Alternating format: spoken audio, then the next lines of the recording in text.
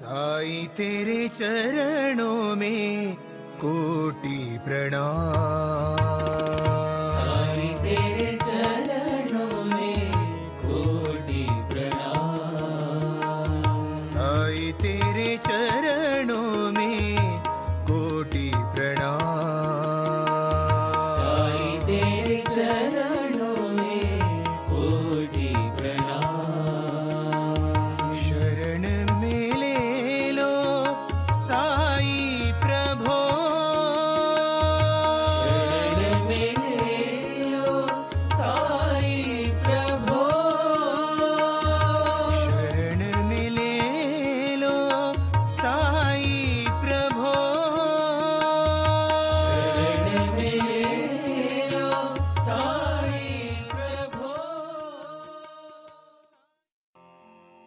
नमस्कार, साई वाणी में आप सबका स्वागत। मेरे प्रिय आत्मन, सबका मालिक एक, श्रद्धा और सबूरी, प्रारंभ करो और जारी रखो। ये सब विचारधारा को अब बहुत अच्छी तरह से समझ चुके हो। 3 मई 2023 को साईं बाबा की साई वाणी को मैंने प्रारंभ किया और लगातार मैं आपके जीवन में कुछ अच्छी चीज़ें करने के लिए मैं आपको मार्गदर्शन करता हूँ।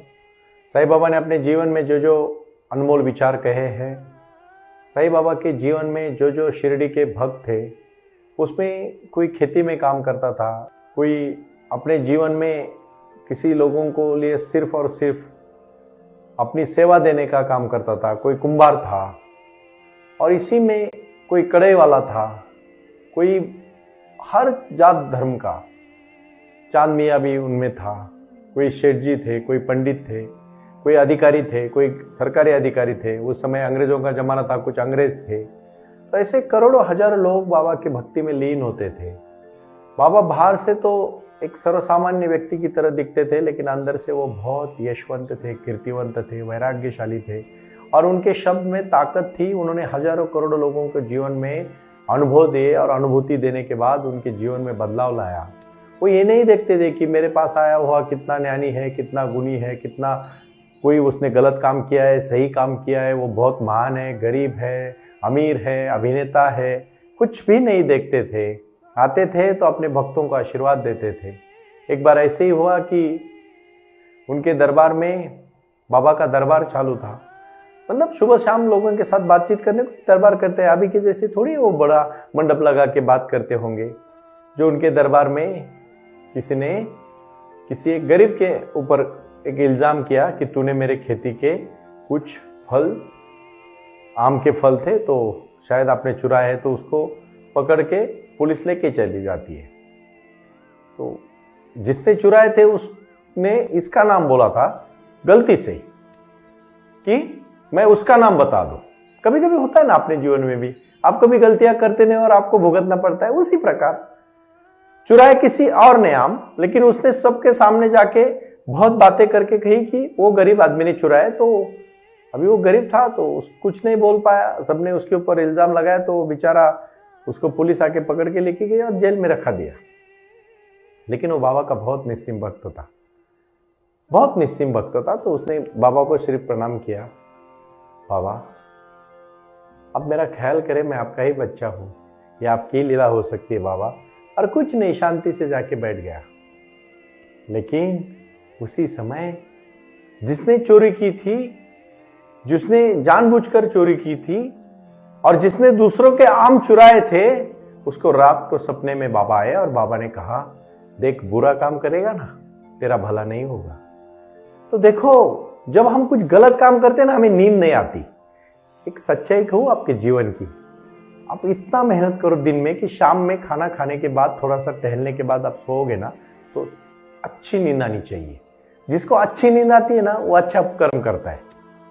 और बिना दवाई लेके, मैं तो ये बात और कहूंगा थोड़ी स्पष्टता के साथ, बिना कोई और चीजें खा के पी के, क्योंकि आजकल लोग दारू भी बहुत पीते हैं, नहीं करना चाहिए, हमारे लिए नहीं। वो मैं विनती करना चाहता हूं भाई और बहनों, माफ करिएगा, लेकिन जो आप अपने पवित्र शरीर में, अपने मंदिर में, किसी मंदिर में आप कुछ गंदगी कर सकते हो क्या? अगर इतना अपना पवित्र शरीर है तो उसमें आप दारू क्यों पी सकते हो? नहीं पीना चाहिए आपको दारू।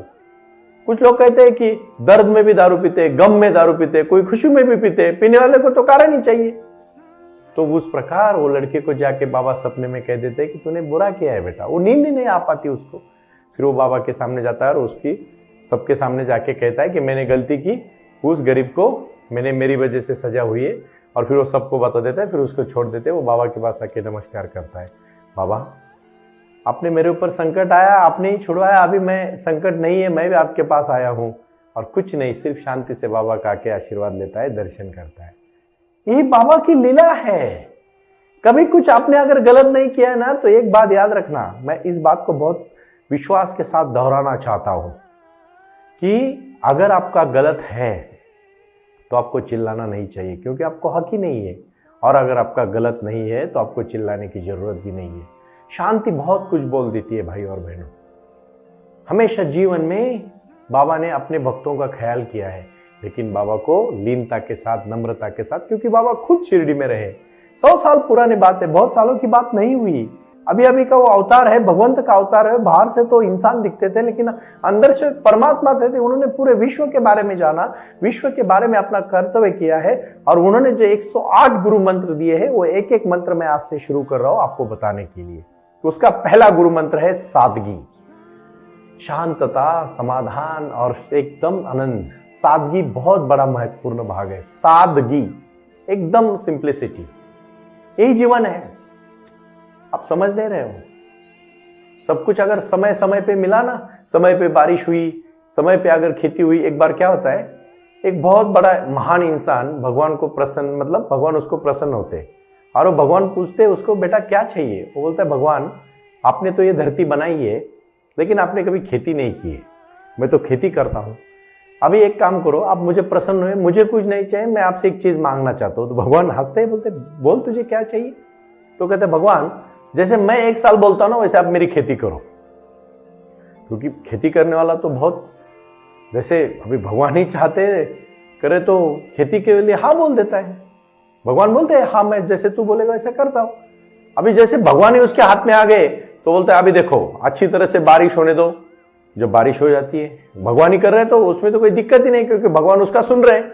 अल्लाह दिन का चिराग जैसे आपके हाथ में आता है, तो बोलता है अभी धूप बिल्कुल नहीं चाहिए, बिल्कुल धूप नहीं आती है, और जो पौधे लगाए उसको और बढ़ाओ, पौधे बहुत बढ़ जाते हैं। अभी ये सब होने के बाद 1 साल के बाद वो धान को काट लेता है, लेकिन उस धान में बिल्कुल भी धान्य नहीं होता है। तो फिर भगवान को पूछता है ऐसे कैसे हुआ? भगवान कहते देख, तूने जैसा कहा वैसे मैंने किया, क्योंकि कुछ साहस ही नहीं करना पड़ा तुझे, कुछ समस्या ही नहीं आई तुझे जीवन में, कुछ कठिनाइयां नहीं आई। और एक बात याद रखो, जब जब कठिनाई आई है जिंदगी में, जब जब बिखरे हैं तब तब निखरे हैं, जब जब बिखरे हैं तब तब निखरे हैं। जितनी समस्या आएगी, जब चाहे थोड़ी बारिश कम होगी, थोड़ी धूप गिरेगी, थोड़ी समस्या आएगी, हवा आएगी, पेड़ झगड़ के लड़के, पक्षियों से लड़के, सबसे लड़के, जब उसमें धान भर जाता है ना, तो उसमें जब जो खेती करने वाला किसान होता है उसको निकाल के अपने इसमें कर देता है, फिर हम सब धान खा लेते हैं। ज्वार हो, बाजरी हो, बाजरा हो, जो भी हो, गेहूं हो, कुछ भी हो। देखो ना कितना स्ट्रगल करके फार्मर अपना सब कुछ जिंदगी जी लेता है। मेरे पिताजी ने खुद खेती की, अभी भी वो खेती करते हैं, हमेशा वो काम करते देखता हूं मैं उनको, बहुत खुशी होती है। मेरी माँ, मेरे पिताजी आज भी दिन रात खेतों में काम करते हैं। भाई और बहनों, मैं एक ही बात कहना चाहता हूं, जहां जहां संघर्ष है वहां वहां जीत है। सब कुछ आराम से मत सोचो।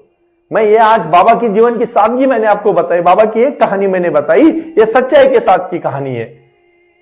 जो आज शिरडी में लोग हैं वो कहानियां बताते हैं। कुछ कुछ लोग तो अभी अभी जो 8-10 साल पहले लोग थे जिंदा, जिन्होंने बाबा को देखा था। ये कोई काल्पनिक कहानी नहीं है, लेकिन उनके जीवन से क्या बोध लिया हमने, ये बहुत महत्वपूर्ण है। अभी क्यों डरते हो आप? क्यों समस्या आने के बाद हटते हो? मैं क्यों बोल रहा हूं ये? हर दिन मैं 500 लोगों को मिलता हूं, बात करता हूं उनके साथ, उनको मैं उनके समस्याओं को निरसन करने का प्रयास करता हूं, और मुझे विश्वास है कि वो खुश होते हैं, क्योंकि उनको समझ में आता है कि सुनील जी आपने बहुत सही कहा। भाई और बहनों, यशवंत, कीर्तिवंत, ज्ञानवंत, बुद्धिवंत होने के बाद भी बाबा नम्रता के साथ जीते थे, सादगी के साथ जीते। कभी कभी उन्होंने कभी किसी के ऊपर गलत कुछ नहीं बोला, लेकिन जो भी किया अपनी लीलाओं के साथ किया। आज भी शिरडी में हर जात धर्म, हर राज्य के हर कोने से, इतना बड़ा भारत देश है हमारा, विश्व से, भारत क्या विश्व से आज लोग आ रहे हैं। और मैं कुछ ही दिनों के बाद जब अंग्रेजी में आप सबके साथ वार्तालाप करूंगा तो मुझे खुशी होगी, क्योंकि मैं शुरू में पूरे भारत देश के मेरे सभी भाइयों बहनों से जुड़ना चाहता हूं। पहले बाद में, फिर विदेश के बारे में मैं बाद में सोचूंगा, लेकिन पहले मेरा भाई खुश होना चाहिए, मेरी बहन खुश होनी चाहिए, मेरे पिताजी, मेरे माताजी, जितने भी मेरे विश्व के, मेरे भारत के सभी भाई साईं बाबा को मानने वाले लोग हैं और जो अपना जीवन में उद्धार करना चाहते हैं, सभी जात धर्म के। मैं किसी जात धर्म के लिए नहीं कहूंगा, मैं मानवता ही मेरे लिए धर्म है। साईं बाबा के संस्कार ही है, सबका मालिक एक है और सबका मालिक एक। और उसके साथ साथ उन्होंने कभी किसी के ऊपर गलत नहीं बोला है। मैं आपको विनती करके कहना चाहता हूं, सिर्फ मेरी पर्सनल लेवल पे, मेरी व्यक्तिगत लेवल पे मैं ये बात आपके साथ जब करना चाहता हूं तो आप फिर थोड़ा ठीक से समझाइएगा। मानवता ही धर्म है। अरे प्यार से रहोगे ना तो हर कोई, हर चीज महत्वपूर्ण है हमारे लिए। हमारे जीवन में आज क्रांति करनी है हमें, और ये क्रांति हमारी ध्यान की क्रांति है, साईं बाबा के विचारों की क्रांति है, कर्तृत्व की क्रांति है, जीवन की क्रांति है, और लगभग मैं इतना ही कहना चाहता हूं, जीवन में बदलने की क्रांति है।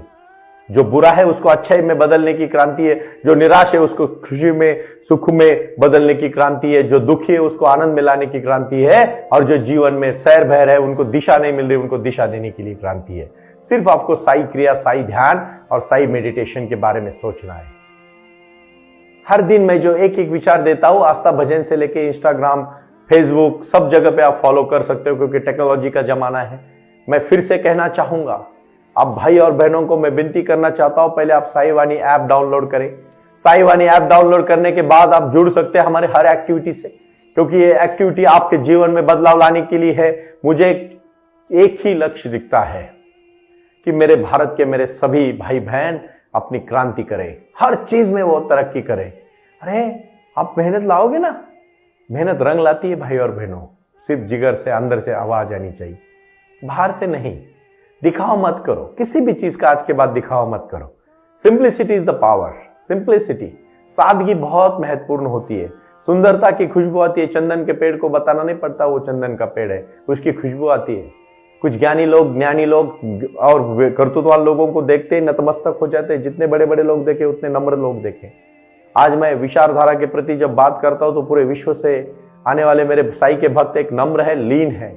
अमेरिका से कुछ लोग आते हैं, शिरडी में अपना दर्शन करते हैं और आप खुशी से वापस चले जाते हैं। इतनी तरक्की करने वाले देश को क्यों जरूरत पड़े आध्यात्मिक? अगर आप आज देखो, भगवान ने सब कुछ कर दिया है, लोग चांद पे पहुंच चुके हैं, लेकिन याद रखना, जब हम रोटी खाते हैं तभी हम खून पैदा कर सकते हैं। आज तक किसी विश्व में किसी फैक्ट्री में खून नहीं बन रहा है और बनेगा भी नहीं। भगवान ने कुछ चीजें अपनी पास रखी है। अगर इतनी तरक्की आप बात करते हो, मैं किसी सांप्रदायिकता या किसी व्यक्तिशाह लेवल पर मैं नहीं कहूंगा कि किसी अंधश्रद्धा के पास जाओ, लेकिन याद रखना भगवान है और थे और रहेंगे। कृष्ण भगवान की चेतना हम में है, साईं बाबा की विचारधारा हम में है। क्यों रोटी खाने के बाद ही खून बनता है? खून आपने देखा किसी फैक्ट्री में बना हुआ? आज भी ब्लड डोनेशन कैंप क्यों लगाने पड़ते हैं? आज भी हम लोगों को मेडिटेशन करोगे, शुद्ध रक्त आएगा, विचारधारा शुद्ध आएगी, शक्ति आएगी हम में, और वो शक्ति आने के बाद एक बलशाली भारत बनाने के लिए हम सजग रहेंगे। कितने साल की जिंदगी है हमारी? अगर ठीक से जिएंगे तो 35, 30, 40 साल की जिंदगी है। शुरू के 10-12, बाद में 10-12 छोड़ दो, बीच में जो जिंदगी है उसमें जियो, लेकिन ऐसा जियो भाइयों कि जिंदगी एक यादगार बन जाए। खुद खुश रहो, आपके चेहरे में प्रसन्नता आनी चाहिए। पता नहीं मुझे, मैं हर एक दिन आपको प्रसन्नता के बारे में कहता हूं। कुछ लोग तो कहेंगे गुरुजी आप वही बातों को बार बार दोहरा रहे। मैं इसलिए दोहराना चाहता हूं, वही जिंदगी है, अलग कोई नहीं है। बहुत बड़ी ज्ञान और पांडित्य की भाषा में क्यों बताऊं आपको? मेरे से ज्यादा ज्ञानी लोग इस दुनिया में पड़े, लेकिन बाबा ने जो मुझे अनुभूति दी है, मैं चाहता हूं भाई और बहनों वो आप ले लो। आज साई वाणी का मैंने एक विचारधारा रखी, और ये विचारधारा क्रिया के लिए रखी है, साई ध्यान के लिए रखी है, अपने पास अपने अंदर की हुनर को बाहर निकालने के लिए रखी है। और इसके लिए मैं आज एक लक्ष्य देना चाहता हूं, और ये मेरी चुनौती है आप सबको। एक अपने जीवन का लक्ष्य आज तय करना है, और मुझे संपर्क करना है, और उसके लिए मेरे साथ वार्तालाप करना है, जुड़ना है। जब तक आपका प्रतिसाद नहीं आएगा, मुझे क्या पता चलेगा कि आपकी समस्या जब तक छूट नहीं कम होती उसमें मुझे खुशी है। बहुत सारे लोग अभी सेमिनार्स में आना शुरू हो चुके हैं। पूना के हमारे सेंटर में भी लोग आ रहे हैं।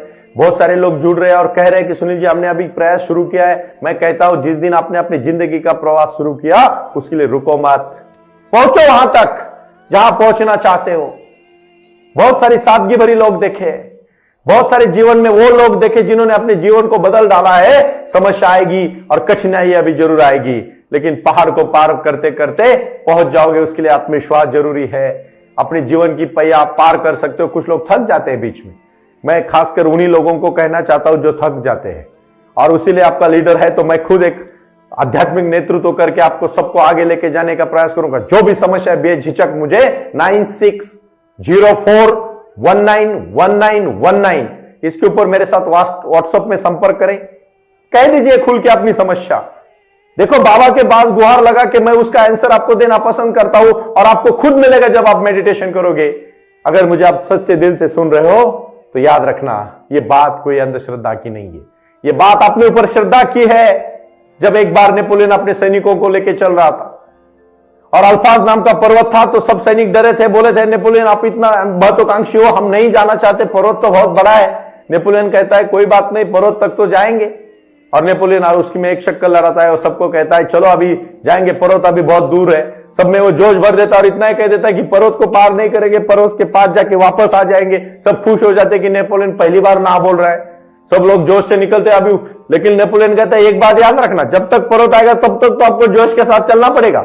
सब लोग एकदम जोश के साथ चलते हैं।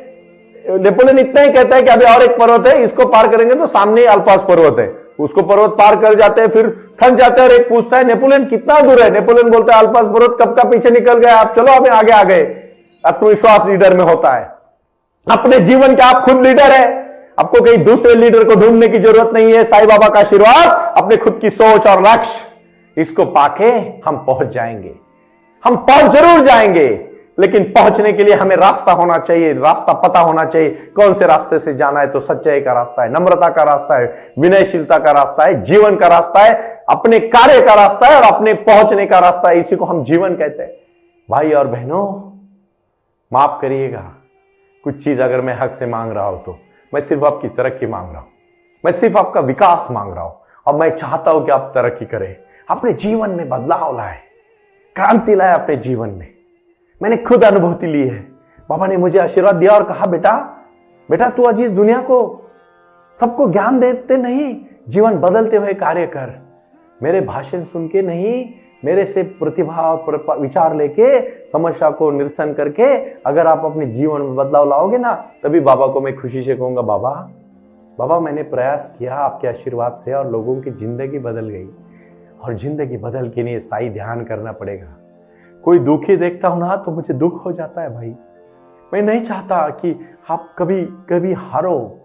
रास्ता दूर नहीं है, बहुत नजदीक है, लेकिन चलने की हिम्मत रखो, लड़ो, अपनी समस्या से लड़ो, जीवन से हारो मत। मैं बहुत अच्छी तरह से कहना चाहता हूं, कोरोना के साथ बाबा आएंगे आपको मदद करने, लेकिन आपको चलना पड़ेगा। आपको आपकी राह पर चलना पड़ेगा, जीवन में वहां तक पहुंचना पड़ेगा जहां तक पहुंचना चाहते हो। बहुत सारी चीजें मैं कह रहा हूं, आखिरी में आज मैं इतना ही कहना चाहता हूं। अभी हर चीज में एक दिन बाबा का संस्कार मैं दूंगा और आप उसका ज्ञान लो, यही मैं कहना चाहता हूं। फिर से सबको मेरा प्रणाम। ओम साई राम।